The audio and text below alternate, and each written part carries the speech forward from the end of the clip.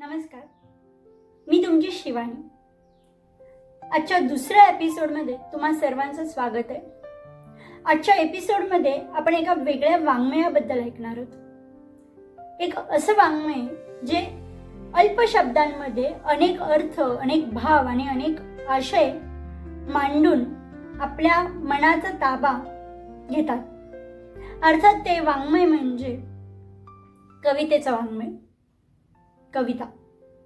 आजवर अनेक साहित्य वाचली आहेत आणि ती साहित्य वाचता वाचता एके दिवशी एक असं साहित्य, एक असं पुस्तक माझ्या हातात येऊन पडलं. त्या साहित्याने, त्या वाङ्मयाने आणि त्या पुस्तकाने माझ्या मनामध्ये एक वेगळाच भाव निर्माण केला. आणि ते वाङ्मय होतं अर्थात कवितेचं वाङ्मय. आणि ते पुस्तक होतं शंकर वैद्य यांनी संपादित केलेलं कुसुमाग्रज प्रवासी पक्षी. एक असा पक्षी जो कधीच थांबत नाही. तो नवं आकाश शोधतो आणि एक असं आकाश ज्यामध्ये कवितांचं, विचारांचं, एक असा प्रवास ज्यामध्ये कविता आहेत, अनेक विचार आहेत, माणुसकी, काळ, समाज आणि नातेसंबंध यांचा आशयाची वाट आहे. कुसुमाग्रजांनी आजवर अनेक आश्रमावर कविता लिहिलेल्या आहेत ज्या वेगवेगळ्या आशयांच्या आहेत.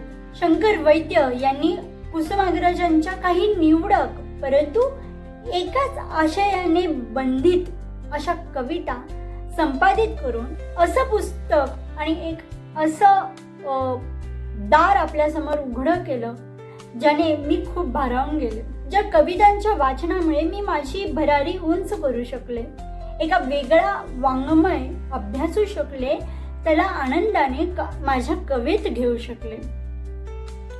शंकर वैद्य यांच्या प्रवासी पक्षी या पुस्तकामध्ये कुसुमाग्रजांच्या विविध अजरामर कवितांचा साठा आहे. तो विविध विचारांचा आहे, भावनांचा आहे. आणि तेच पेरण्याचं काम शंकर वैद्य यांनी अतिशय योग्य पद्धतीने केलेलं आहे. कुसुमाग्रज हे नाव तुमच्या आई वडिलांसाठी आणि आजी आजोबांसाठी काही नवं नाहीये. बऱ्यापैकी त्यांना अनुभवलेलं आहे. कुसुमाग्रजांना वाचणं हे फक्त वाचणं नसून त्यांच्या विचारांना, त्यांच्या शब्दांना कवेत घेण्यासाठी शंकर वैद्य यांनी संपादित केलेल्या कुसुमाग्रज प्रवासी पक्षी या पुस्तकाच्या माध्यमातून फक्त कविता मिळत नाही, तर एक विचार, एक भावना दृढ होण्यास मदत होते. समाजाची, माणुसकीची जाणीव करून देते. शेवटी एवढंच म्हणावंसं वाटतं, कविता वाचायची नसते, ती अनुभवायची असते.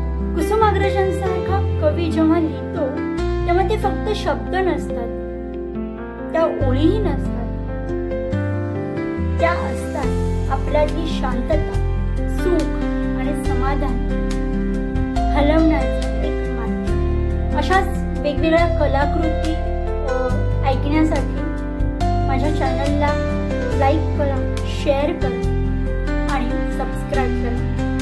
आणि तुमच्याकडे असलेल्या जे साहित्य माझ्या वाचनात आलेल्या नाहीये अशा साहित्यांबद्दल जाणून घ्यायला मला नक्कीच आवडेल. अशा साहित्यांची नावं कमेंट बॉक्समध्ये लिहा.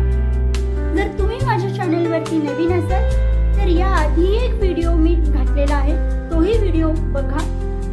असेच नवनवीन व्हिडिओज मी तुमच्यासमोर घेऊन येत राहीन. भेटूया पुढच्या एपिसोडमध्ये. तोपर्यंत मस्त रहा आणि वाचत रहा.